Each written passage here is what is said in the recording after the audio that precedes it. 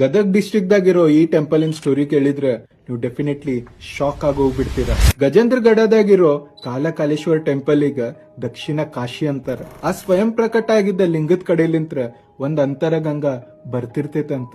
ಆ ಟೆಂಪಲ್ ಇಂದ under ground ದಾಗ ಒಂದ್ ಗುಹೆ ಐತಂತ.